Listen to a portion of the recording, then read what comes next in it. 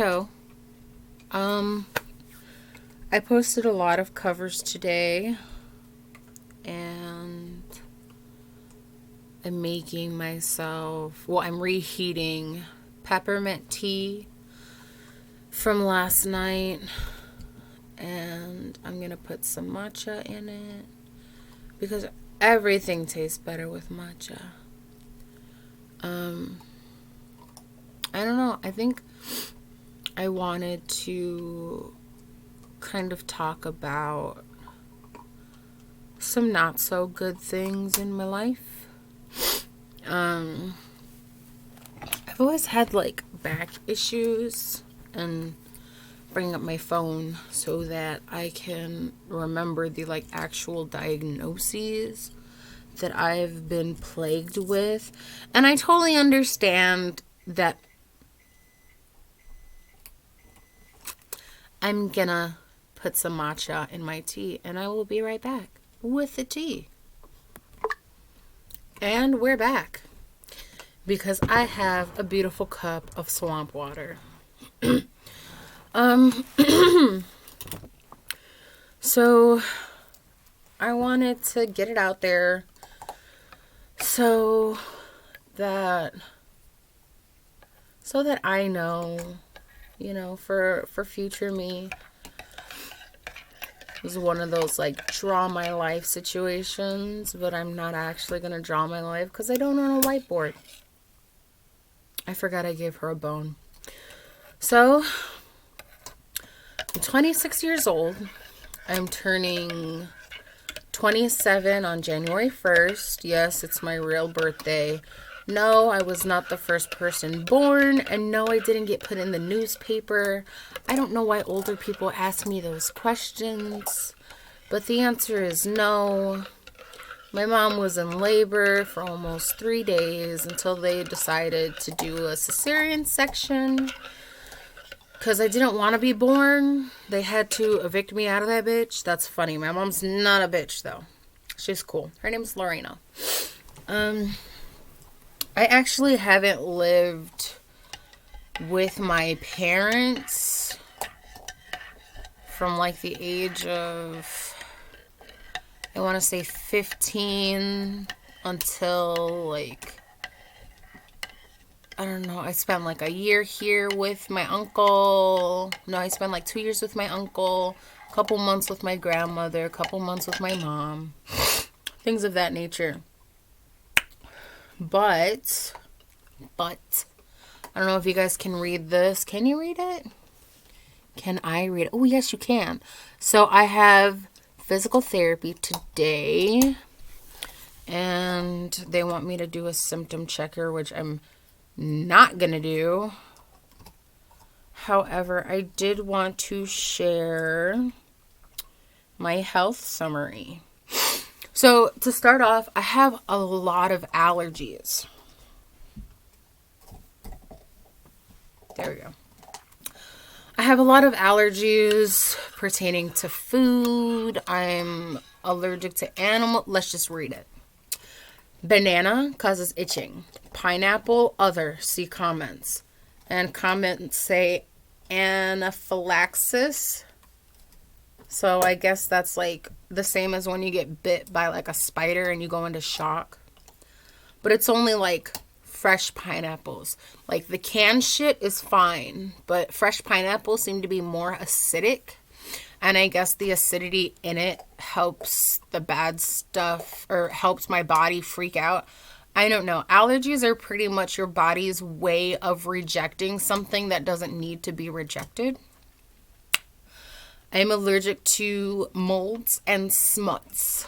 I learned that I was allergic to smuts at the age of 22. It wasn't until a few months ago that I realized smuts, it's not a sexual thing. It's like soot, I'm lactose intolerant.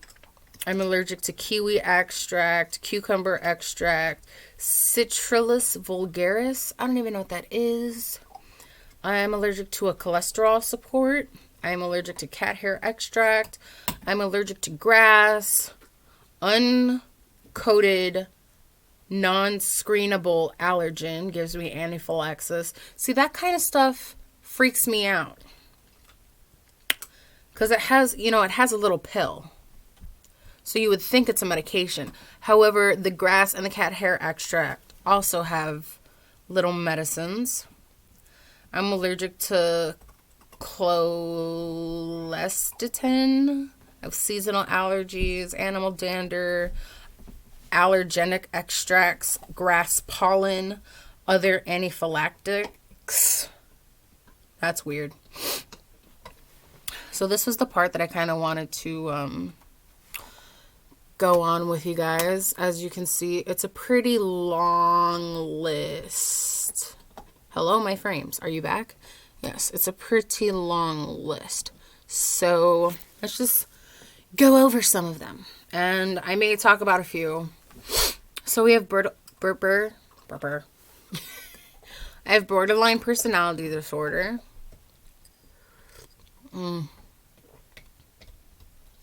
Everything is better with matcha. Anyway, ooh, with like the peppermint at the end. Anyway, borderline personality disorder. It's kind of a personality disorder. It's like being bipolar, but on crack. I don't know how to talk about it. However, that's the reason why I'm not in traditional therapy, which is CBT therapy, cognitive behavioral therapy. I'm in DBT therapy, which is dialectical behavioral therapy. So it's not so much, my therapy is not so much me talking about my problems as much as it is like gaining control over myself in a situation. And being able to deal with feelings like shame and guilt. People who have borderline personality disorder have a lot of other comorbid diagnoses.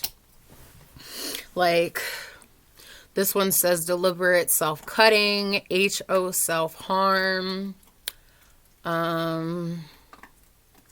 post-traumatic stress disorder, I'm still trying to read. History of sexual abuse in childhood, anxiety,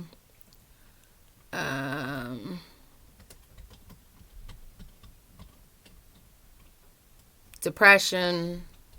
It says acute depression. And cute. No, I'm kidding.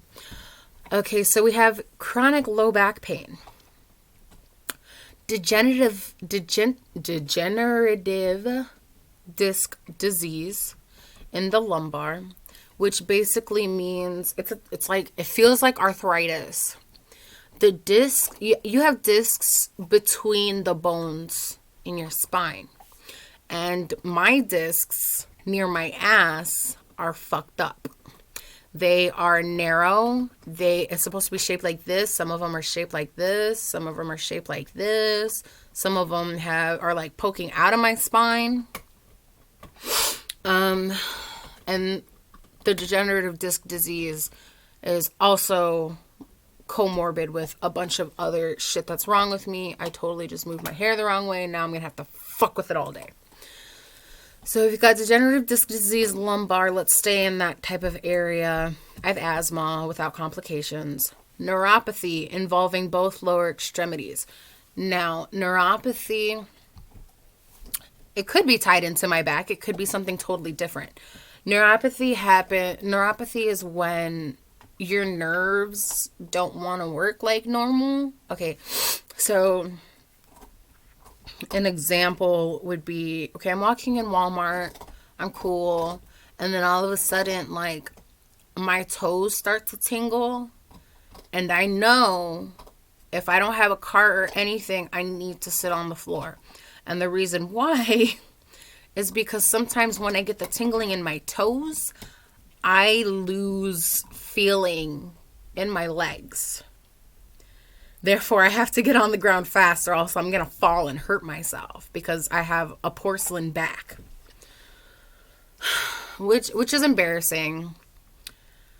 I can't like sit in a place for too long. Like, this is my favorite chair. I can move a lot in it. You know, it supports my back. I have an extra pillow. But I take seizure medication. Frames, hello. I take seizure medication for it, which is gabapentin or Neurontin or whatever you want to call it. I don't know. But a lot of people ask me if I have seizures. And I was like, no, I have fainting spells, and then sometimes my legs don't want to work. And that's more local nerves than the nerves in my brain. Anyway, going on with this. Foraminal stenosis of the lumbar region. I don't know what that means, but I know it's like the reason why I have arthritis. We went over PTSD. Oh, this is one of my favorites. Sacroiliac joint dysfunction on both sides. So, you've got your sacrum. Okay, you've got your sacrum, your coccyx, and your ilium, right? Your ilium is like the part of the pelvis that meets the sacrum. The sacrum meets the ilium, and the ilium is at the coccyx, and your coccyx is the tip of your tailbone. So basically, from the tip of my tailbone to the edge of my hips, ow, I have joint dysfunction, which once again, it's just a type of arthritis. Let's get on with the list, shall we? Bilateral ovarian cysts. Yes. It's not bad enough to call it PCOS yet, which is polycystic ovarian syndrome. However, shit hurts. Like, sometimes it can cause me to okay, first of all, getting a cyst on your ovary is not fun. And men don't understand this, which is why I say when I describe this, sometimes when I have a cyst, it can contort my ovary. It's literally called an ovarian torsion or contortion. Now, the feeling is equal to me grabbing a man's balls, squeezing it, and then twisting it 360 degrees. Okay? You feel that pain? Yeah. I get it in my stomach. Anyway. Dysplasia of the cervix, high grade SIN 2. That was the precancer that they got out. And I use birth control because, duh, it helps with my ovarian cysts. I have PMDD, so we had to kind of get rid of the P, which is why I got the thought rod. I don't know why they call it a thought rod. But it's basically a matchstick in my chicken wing frames. In my chicken wing somewhere here. History of tobacco use. It's funny because they put me... My chart used to say smokeless tobacco. And then I had to correct them because no, I don't chew tobacco. I have tobacco-less vapor. So they then agreed to take off that I am a smoker. I just have a history of tobacco use. History of miscarriages. I think I've had 3. History of tobacco use, history of miscarriage, history of sexual abuse in childhood, anxiety, dysplasia of the cervix, low grade SIN 1. That was another piece of precancer. Okay, so I had precancer in 2 different spots on my cervix. And the weird yet cool thing was that they found the worst. Not only did they find the worst of it, but during the biopsy to look for the worst of it, they actually took out most of the worst of it. So that was pretty cool. When I went in for the cold knife conization and they were doing, they put me to sleep and did whatever. And they're like, we couldn't find the CIN2 in the actual piece that they took away. But they did find cancer and CIN1. How there's no 2 and 3 in between that, I don't know. I'm not a doctor. However, there was cancer hiding inside, and they were able to get it out. Shout out to Berlin Hospital and all those other hospitals that I went to, because they nipped this shit in the bud. Chronic back pain, pelvic pain complicating pregnancy, laryngitis. Oh no, this one's my favorite. Other spondylosis with radiculopathy in the lumbar region. Now, I don't know what the fuck that means. I used to, at one point, I knew what it meant.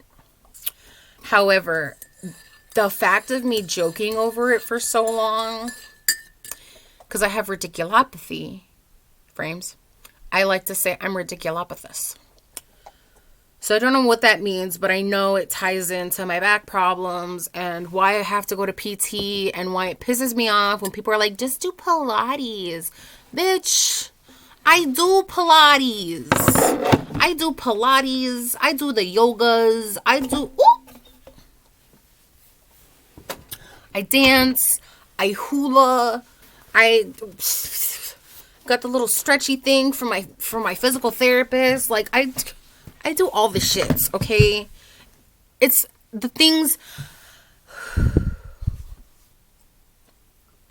that I am dealing with, the health issues that I am dealing with, the dysplasia of the cervix, the history of miscarriage, the sacroiliac joint dysfunction on both sides, foraminal stenosis of the lumbar region, neuropathy, irritable bowel syndrome, fucking asthma, like borderline personality disorder. There's no cure, okay? There's no cure. However, it's not going to kill me. It just makes life really fucking hard. Really hard. I'm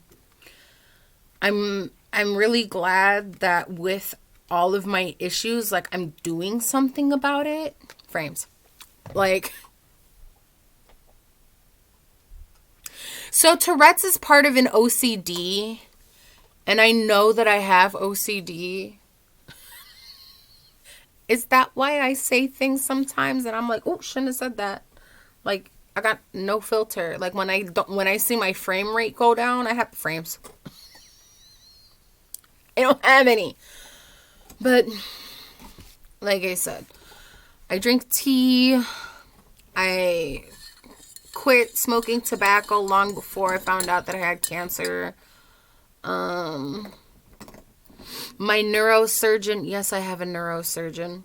My neurosurgeon said that most likely I was born with these issues and it was just a matter of time before they came out. Fuck yeah. So there is something about making tea and making coffee and drinking it. There's just... So anyway, before I get lost in this cup. So I'm doing everything that I can for my issues. I did have to start... This is going to piss me off. I did have to start my...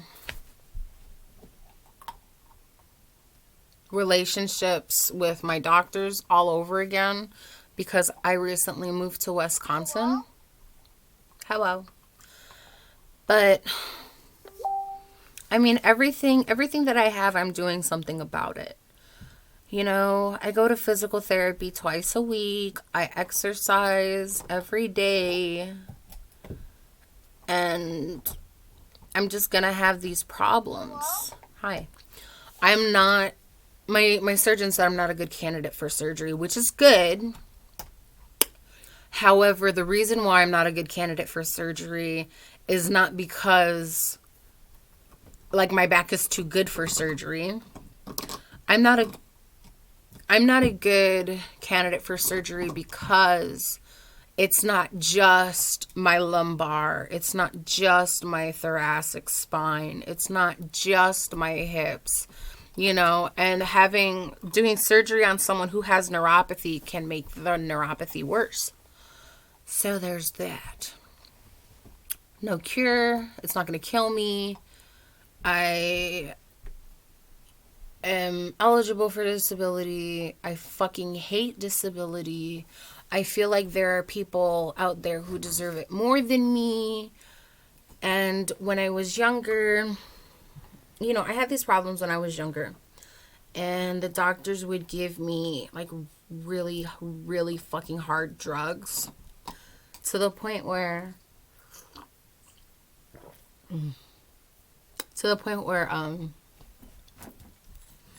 like my pain is not settled and I'm high.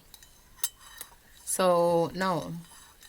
They dropped my hours at work. Then I started selling pills and selling weed to pay the rent because I couldn't be as active as I wanted to be. And I know it's like against the law, but I've been fired for not being able to come to work due to back pain. That happened at Subway.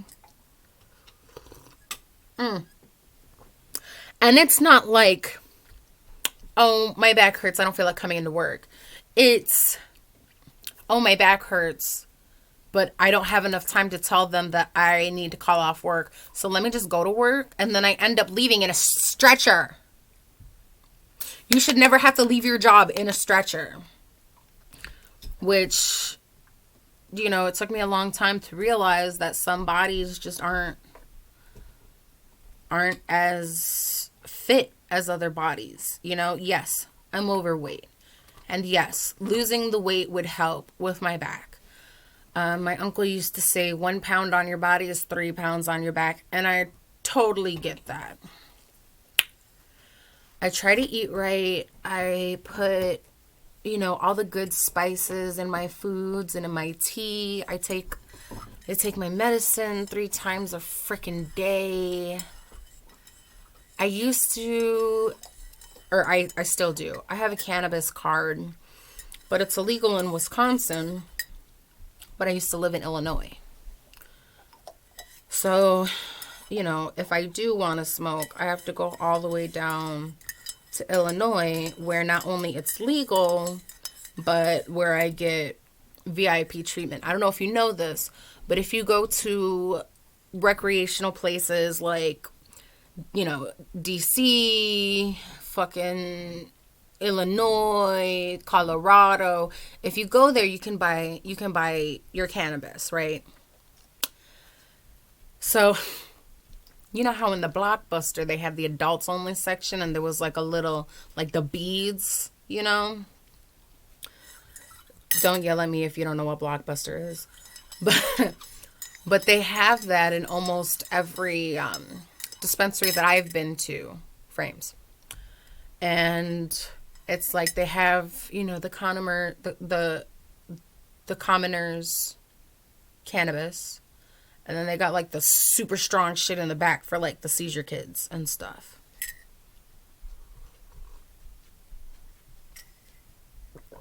Now, since that's not legal out here, I've taken to eating cannabis honey. I know eating a lot of honey will mess with my IBS. There's white powder on my desk, and it feels like deodorant. And it smells like deodorant. Neither here nor there. Anyway, I do put, I have like these CBD honey sticks. I get them from my vape shop. And I'll just put one in my tea. Usually gives me a calming effect. I would say it's similar to a muscle relaxer. That being said, I do take a lot of medication. Oh, hi, baby. Hi, baby. This is Willow. Oh, she loves sticking her feet in my neck. Did you want to be part of this video?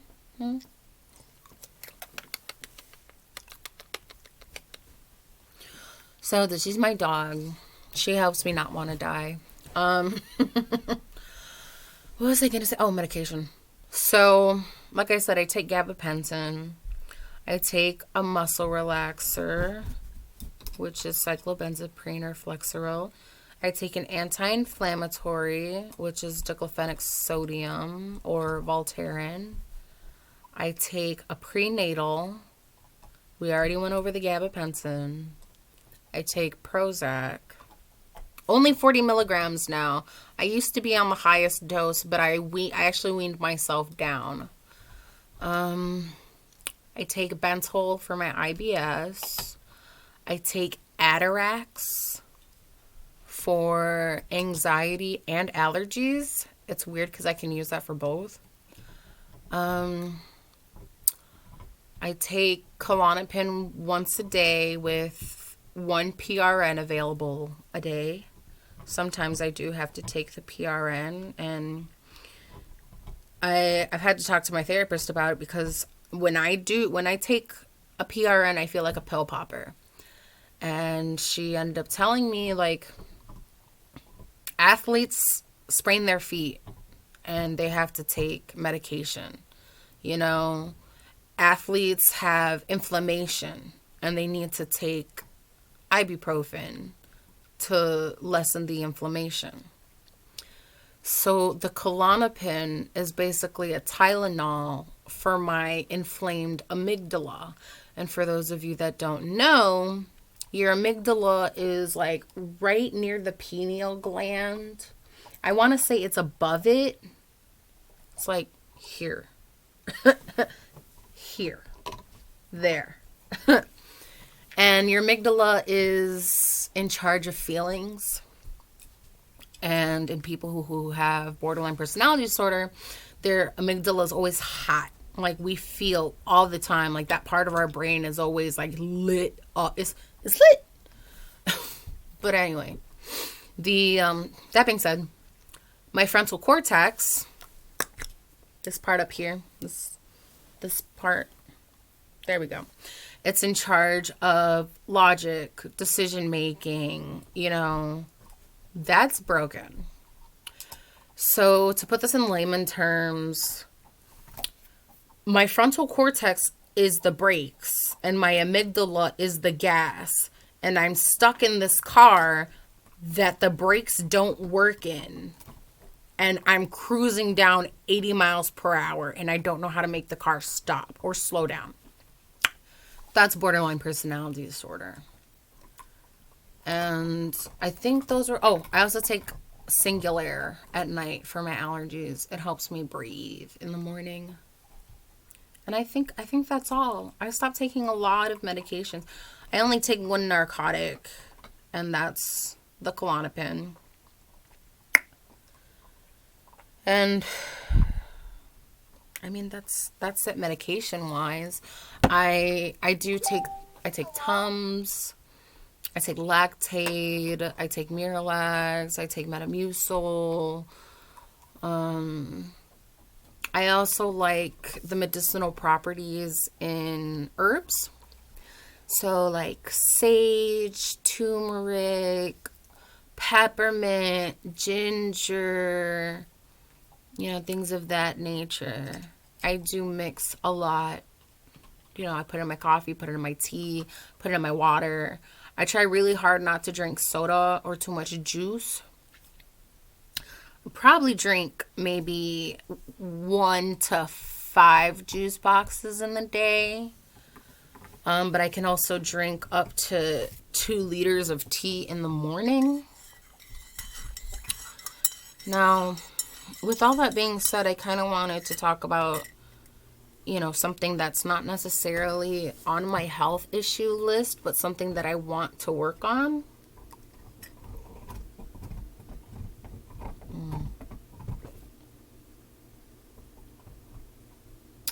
It's always good to just appreciate the little things sometimes.